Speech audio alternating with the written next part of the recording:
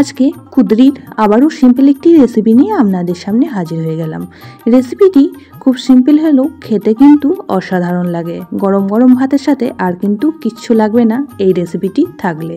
নমস্কার বন্ধুরা, মাই কিচেন মাই ব্লগে সবাইকে আবারও একবার স্বাগত। আজকের আমার রেসিপি কুদরির ভর্তা। কুদরি অনেক রকমভাবেই খেয়ে থাকেন, আবার কুদরি অনেকেই কিন্তু খেতে পছন্দ করেন না, তাদের জন্য কিন্তু আজকের রেসিপিটি।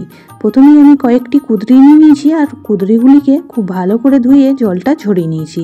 এখন দেখুন কুদরিগুলি গোল গোল করে কেটে নিচ্ছি। আপনারা চাইলে কিন্তু গ্রেটারের সাহায্যে গ্রেট করেও নিতে পারেন। আমি এটা পেস্ট বানিয়ে নেব, তার জন্য কুদরিগুলি একটি মিক্সিং জারের মধ্যে দিয়ে দিলাম আর এর মধ্যে আরও কিছু উপকরণ আমি এখন অ্যাড করব। কুদরি খেতে যারা একদমই পছন্দ করেন না তারা একবার এইভাবে বানিয়ে খেয়ে দেখবেন, এতটাই টেস্টি লাগবে যে আবারও খেতে মন চাইবে। এখন দিয়ে দিলাম দুটো কাঁচা লঙ্কা আর তার সাথে দিয়ে দিচ্ছি 5 থেকে 6 কোয়া রসুন।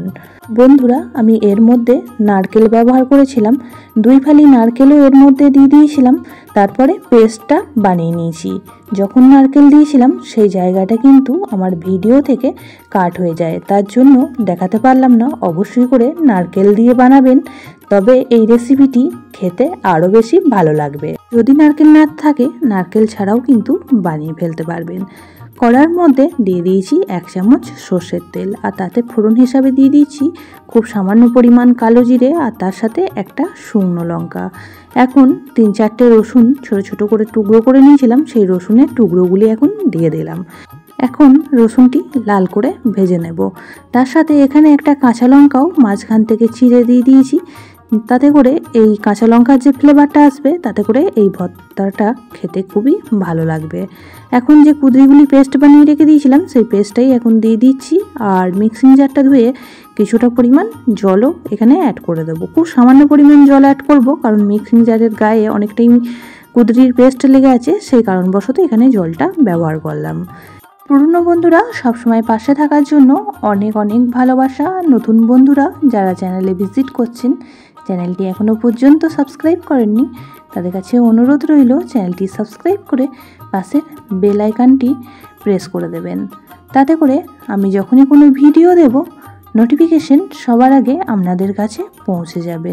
এখন অ্যাড করে দিলাম খুব সামান্য পরিমাণ হলুদ গুঁড়ো আর তার সাথে দিয়ে দিয়েছি স্বাদ অনুযায়ী লবণ।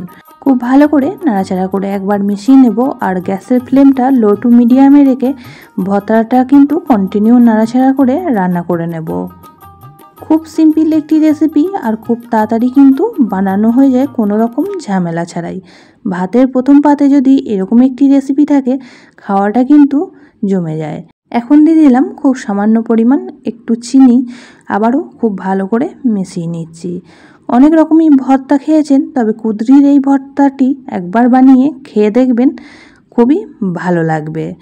আর এই কুদরির ভর্তা বানানোর ক্ষেত্রে কিন্তু কুদরিগুলি একদমই কচি যে কুদরিগুলি হয় সেই কুদরিগুলি নেওয়ার চেষ্টা করবেন, তাতে করে এই ভর্তাটা খেতে বেশি ভালো লাগবে।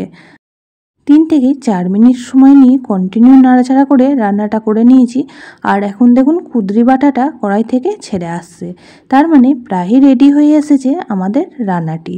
আরও কিছুক্ষণ টাইম রান্না করে নেব আর এই পর্যায়ে কিন্তু আপনারা ওপর থেকে 1 চামচ সর্ষের তেল অবশ্যই করে দিয়েবেন আর খুব ভালো করে মিশিয়ে নেবেন, তাতে করে এই ভর্তার টেস্টটা আরও বেশি ভালো লাগে। এখন গ্যাসের ফ্লেমটা অফ করে দেব আর অফ করে দিয়ে একটা প্লেটের মধ্যে সার্ভ করে দেব।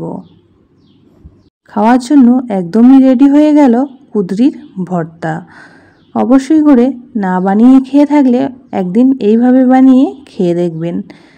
আজকের রেসিপিটি কেমন লাগলো কমেন্ট বক্সে জানাতে ভুলবেন না। সবাই খুব ভালো থাকবেন, সুস্থ থাকবেন। আবারও দেখা হবে অন্য কোনো ব্লগ বা রেসিপির সাথে। ততক্ষণের জন্য সবাইকে টাটা।